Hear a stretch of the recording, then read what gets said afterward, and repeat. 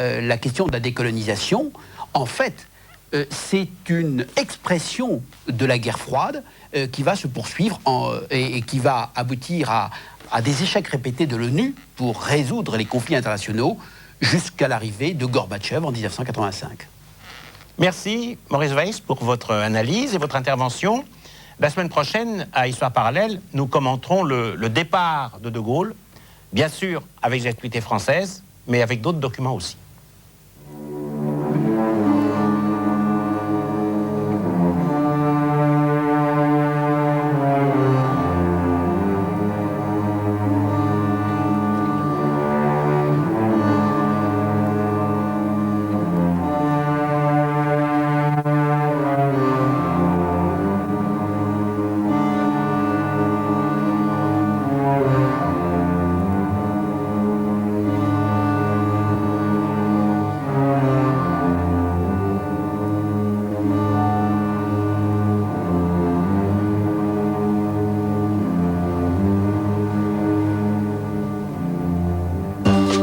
Dans un instant, Jean-Christophe Victor analyse l'enjeu des événements du monde avec le dessous des cartes.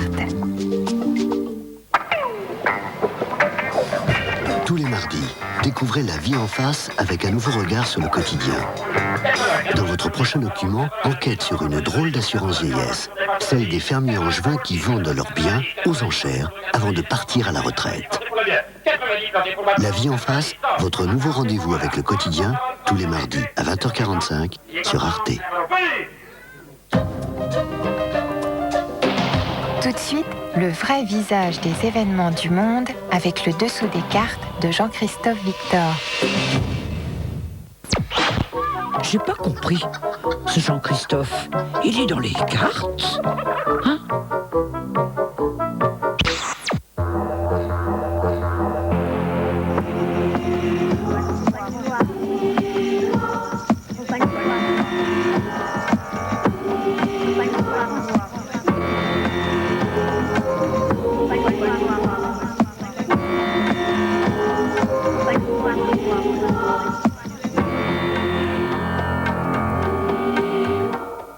Bonsoir.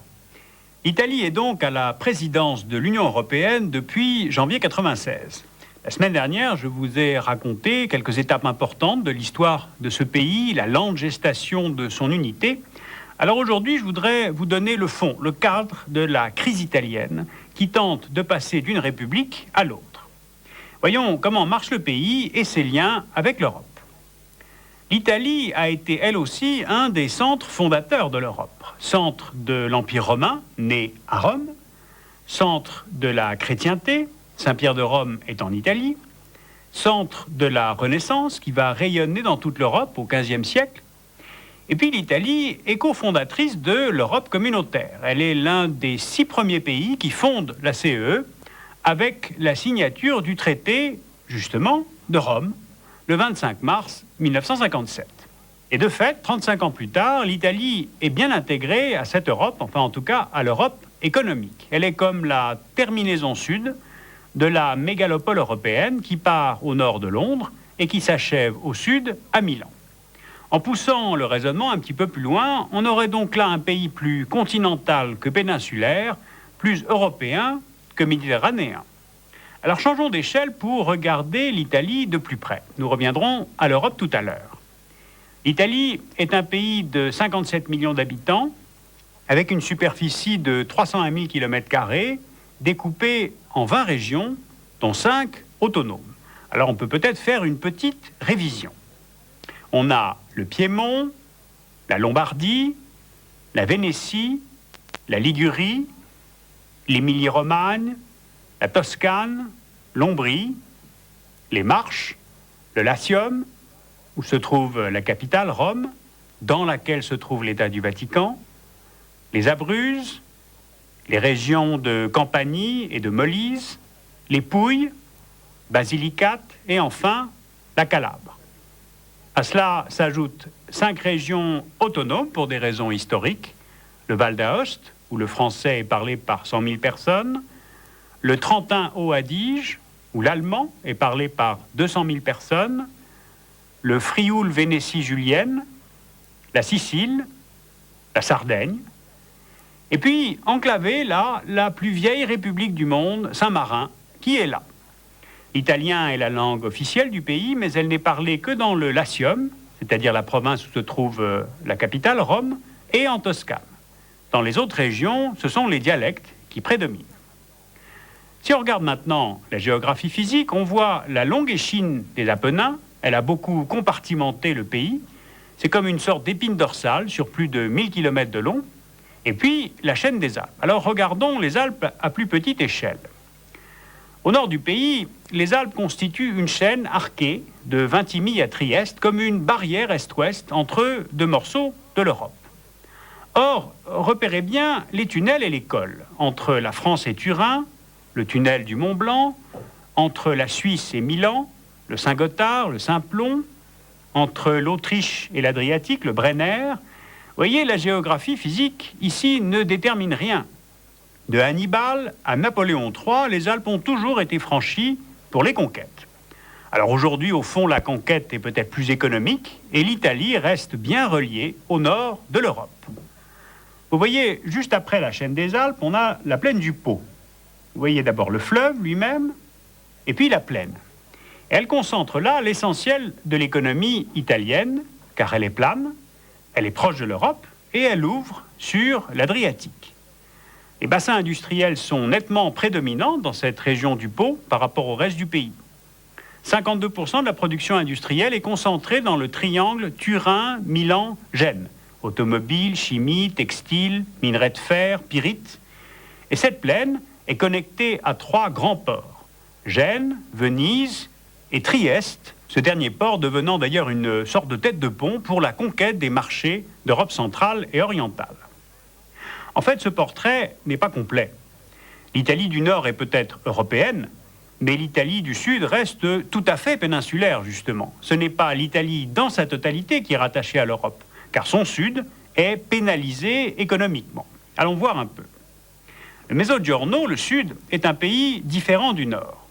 On a 6 régions et demie et 2 régions autonomes qui forment 40% de la superficie du territoire, avec 35% de la population du pays, mais qui produit seulement 25% du revenu national. Le chômage touche 14% des hommes et 31% des femmes dans le Sud, contre seulement 3% et 8% dans le Nord. La Cassa per il Mezzogiorno, la Caisse pour le développement du Midi, a bien procédé à des financements de grands programmes industriels, sidérurgie à Tarente, pétrochimie dans les principaux ports, Bari, Naples, Brindisi, sauf que le développement attendu n'a pas suivi. On a constaté une vraie dilapidation des fonds publics, on n'a pas eu de formation d'un tissu PMI-PME qui était l'une des bases du miracle de l'économie italienne. À cela s'ajoute la présence de la mafia, ou plutôt des mafias, la Camorra à Naples, N'Gretta en Calabre, Cosa Nostra en Sicile, qui contribuent au déséquilibre, à la corruption, au détournement de fonds et au clientélisme politique. Cela dit, n'exagérons tout de même pas, le niveau de vie a augmenté depuis les années 50, notamment par les financements de la Caisse du Midi et du FEDER au niveau européen, mais le fossé reste encore assez large, car de son côté, le Nord a creusé l'écart. Ce qui fait qu'on a une carte en fait assez différente quand on replace maintenant l'Italie à l'échelle de l'Europe.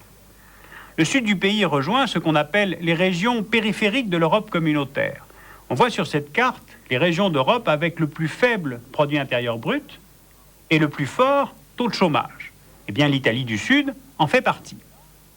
C'est pour cela qu'au titre de ce qu'on appelle la politique européenne d'atténuation des déséquilibres régionaux, l'Italie du Sud a reçu entre 1975 et 1988 plus de 30% des financements du FEDER consacrés à la réduction des inégalités en Europe communautaire. Voilà, c'est sur ce tableau mitigé, c'est dans ce cadre qu'il faut comprendre la crise de la Première République italienne depuis donc ce début des années 90.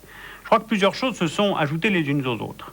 La fin du parti de la démocratie chrétienne, la perte de confiance des Italiens dans leur classe politique, la présence des mafias, l'opération Manu Pulite, main propre, menée par quelques juges, qui a mis en lumière à quel point les responsables politiques et économiques du pays étaient corrompus, la coupure économique entre le Nord et le Sud que l'on vient de voir brièvement. Alors cette multiple crise se traduit dans le nord du pays par le développement des ligues autonomistes qui remettent en question l'unité italienne. La montée de l'idée fédérale répond à ces malaises et à ces prises de conscience. L'idée de ces ligues italiennes, ce serait une Italie non plus comme une nation, mais comme une union. Cette idée de l'Italie fédérale, pour dire les choses un petit peu brutalement, ce qu'il y a de curieux, c'est que c'est aussi le souhait de la mafia.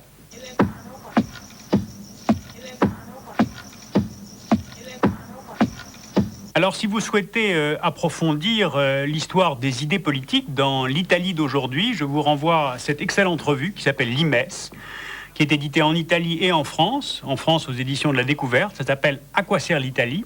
Et je vous renvoie en particulier à cette carte, qui est une sorte de brouillon de la vision politique de la Ligue lombarde, qui imagine de découper l'Italie d'aujourd'hui en un État fédéral avec la République du Nord, Padane, la République d'Étrurie, la République du Sud. C'est particulièrement intéressant. Alors si la passion balkanique du toujours plus petit l'emportait aussi en Italie, cette fois c'est l'Europe communautaire elle-même qui n'y survivrait sans doute pas.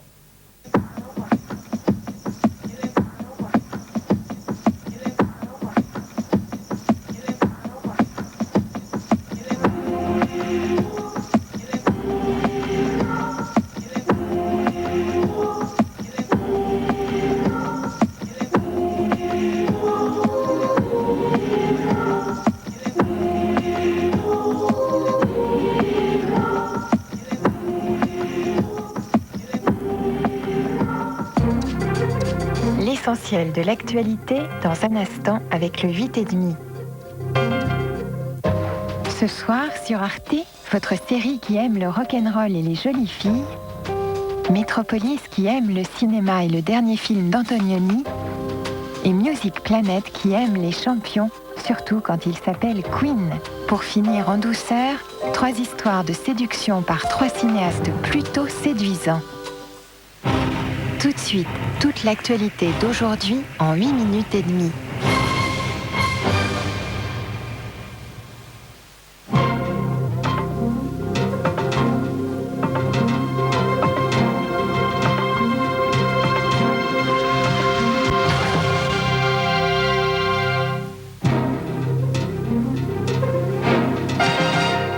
Pour Bill Clinton, ce long week-end de déplacement a commencé dans le Tennessee. C'est l'état de son vice-président Al Gore, un état important pour les démocrates dans leur course à la Maison-Blanche. De petites pancartes encouragent le duo en vue du scrutin de novembre prochain. Bill Clinton, lui, déjà de l'autre côté de l'Atlantique, évoque les objectifs stratégiques et humanitaires de la mission de paix en Bosnie. 10 heures d'avion plus tard, voilà l'Italie, à Viano, pour son 2e discours, changement de tenue, changement de public. Rebelote sur la base aérienne de Tajar en Hongrie. Là, le président remercie des GIs chargés de la logistique du contingent américain de l'IFOR. Encouragement, poignée de main, bain de foule, un petit peu comme dans une campagne électorale. 2 escales, du retard en raison d'un épais brouillard. Bill Clinton arrive enfin à Tuzla, dans le nord-est de la Bosnie, là où se trouve le quartier général américain de la Force multinationale de la paix. Et encore un discours aux GIs qui, selon les propres mots du président américain, sont en train d'écrire l'histoire. Autrefois, vous avez triomphé dans la guerre, mais en Bosnie, vous êtes venus pour une mission de paix, une mission pour héros. Merci de défendre les valeurs et les intérêts de notre nation. Une allocution destinée d'abord aux Américains pour leur expliquer une politique en Bosnie qui les laisse souvent sceptiques. La tournée éclair du président américain s'est terminée à Zagreb par une rencontre avec son homologue croate, Franjo Tudjman.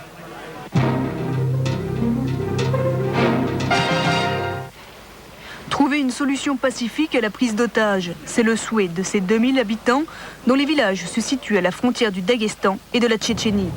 Ils voulaient donc former une chaîne humaine, les troupes russes les en ont empêchés. Les négociations, elles, sont dans l'impasse. Des représentants d'institutions religieuses et sociales au Daghestan ont rencontré le commando tchétchène. Celui-ci détient encore plus de 130 otages.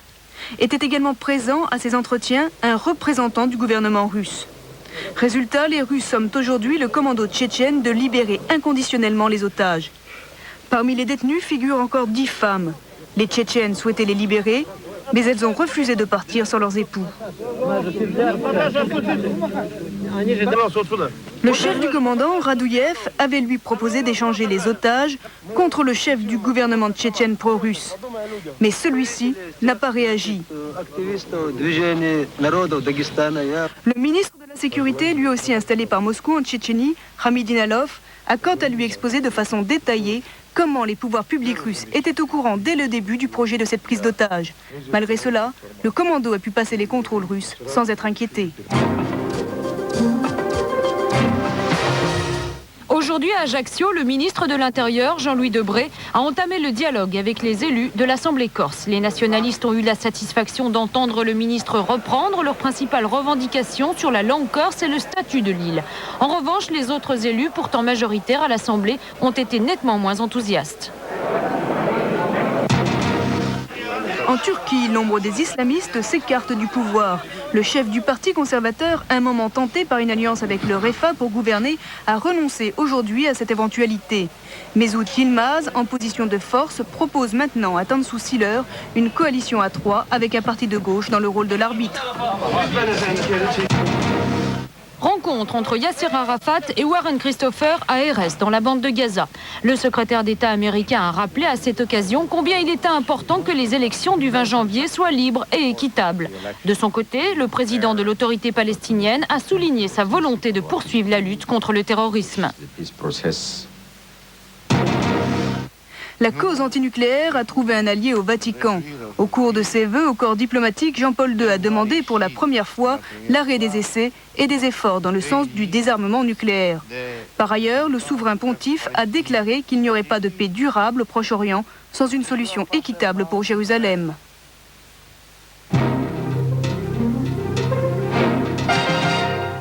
Dernier tour de piste pour les deux candidats à la présidence portugaise. Demain, le candidat socialiste Jorge Sampaio affronte le candidat du centre-droit Aníbal Cavaco Silva. Un duel classique à un seul tour, les dés semblent déjà jetés. Cavaco, c'est le Premier ministre contraint à la démission en octobre après la vague rose aux élections législatives. Il incarne la gestion libérale du Portugal des années 80. Ma candidature est celle du compromis que j'assume pour tous les Portugais, pour aller dans le sens de la modernité, de la stabilité, de la solidarité et de l'affirmation du Portugal dans le monde.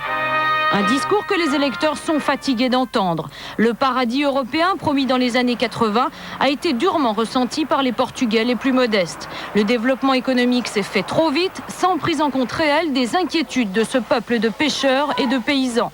Alors aujourd'hui, les électeurs aspirent à la pause sociale, ce que promet le clip de Sampaio.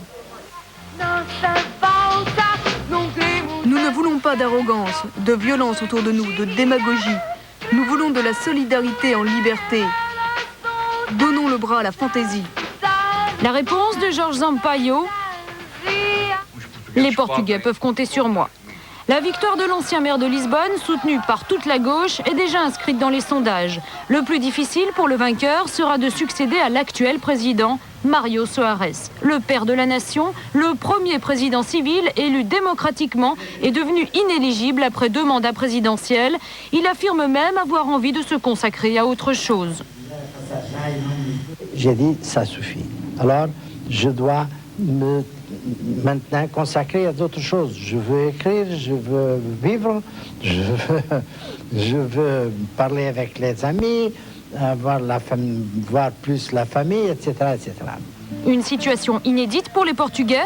Demain, quand ils déposeront leur bulletin dans l'urne, ils ne pourront sans doute pas s'empêcher d'avoir une pensée pour le vieux sage.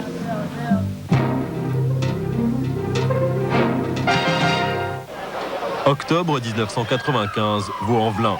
La France redécouvre, une fois encore, la violence de ses banlieues.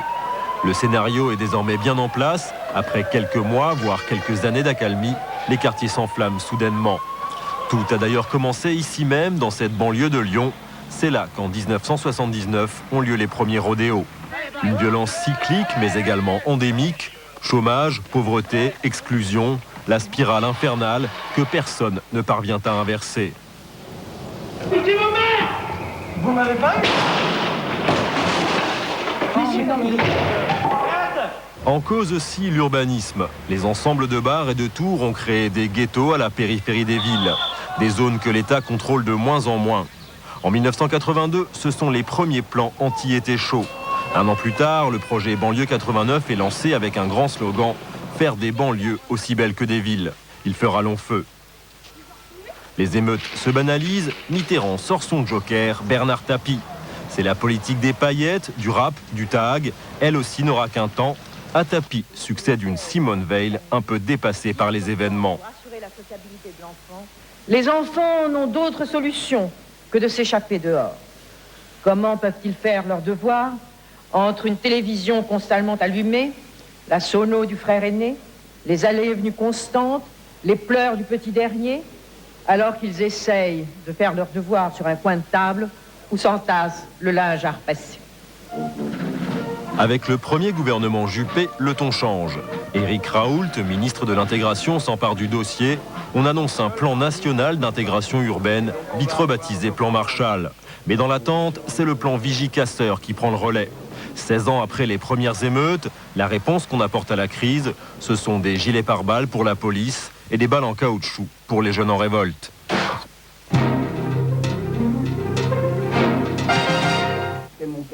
On avait fini par la croire immortelle. Pourtant, Denise Gray n'était pas membre de l'Académie, mais doyenne de la grande famille des comédiens français. Elle est partie ce matin à l'âge de 99 ans. C'est du Spartacus de grande place. Oh ça, Normé! Non, ne dites rien, ne bougez pas. Regardez d'abord.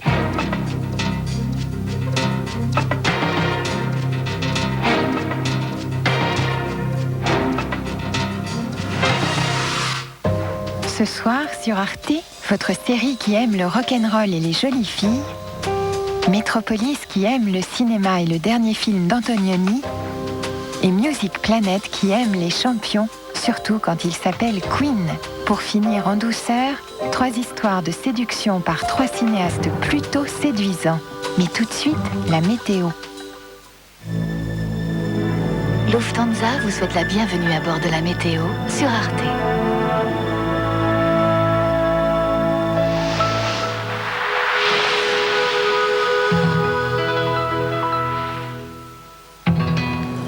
Aujourd'hui, une nouvelle dépression est apparue sur la mer du Nord. Ces courants ont poussé les nuages jusqu'au-dessus de l'Égypte. Plus à l'ouest, les masses nuageuses, alimentées par l'Atlantique, ont quasiment interrompu leur avance de Londres à Madrid.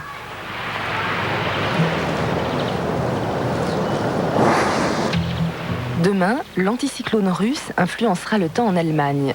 Des brouillards se formeront au sol ou en altitude au lever du jour. Et à leur disparition, le soleil profitera de l'aubaine pour se montrer un peu partout, de Fribourg à Rostock, ainsi que de Hambourg à Munich.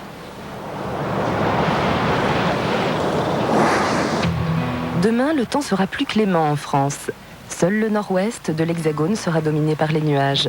Quelques gouttes tomberont encore ici et là sur la façade atlantique, mais c'est un soleil des plus généreux qui illuminera la journée de Lille à Toulouse, comme de Strasbourg à Marseille. Cette nuit, le mercure qui descendra jusqu'à -3 à Berlin atteindra localement 10 degrés dans le sud de l'Hexagone. En journée, c'est sur la rive gauche du Rhin que le thermomètre affichera généralement les valeurs les plus positives.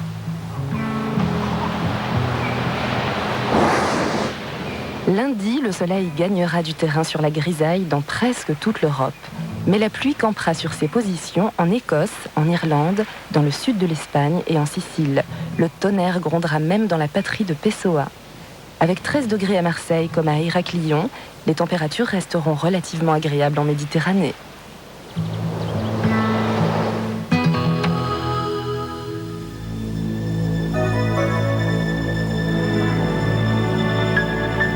Avec Lufthansa, le soleil est toujours à bord. Dans un instant, 2e épisode de votre série phare qui met du rouge à lèvres sur son col.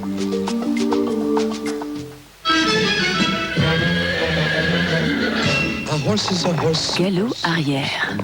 Demi-volte à main droite.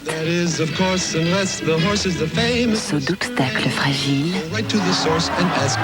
Déguisement d'âne. Pour séduire leur public, certains n'hésitent pas à se donner en spectacle.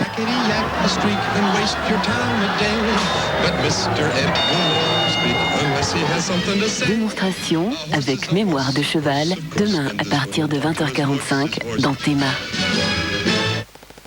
Cycle Louis Malle sur Arte. J'ai l'impression que si j'étais pas metteur en scène, j'aurais peut-être encore un peu moins l'impression d'exister, enfin, sûrement. Il a vécu pour le cinéma, il vit désormais par son cinéma. Hommage à Louis Malle, avec une rétrospective de ses films. Au programme lundi, aventure très décapante, avec Zazie dans le métro à 20h45. Puis aventure dans Paris la nuit, avec Ascenseur pour l'échafaud à 22h25.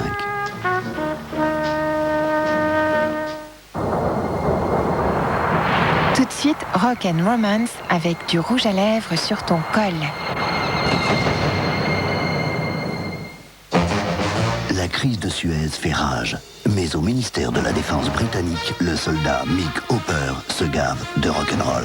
Son camarade Francis rêve d'amour et de l'affolante Sylvia.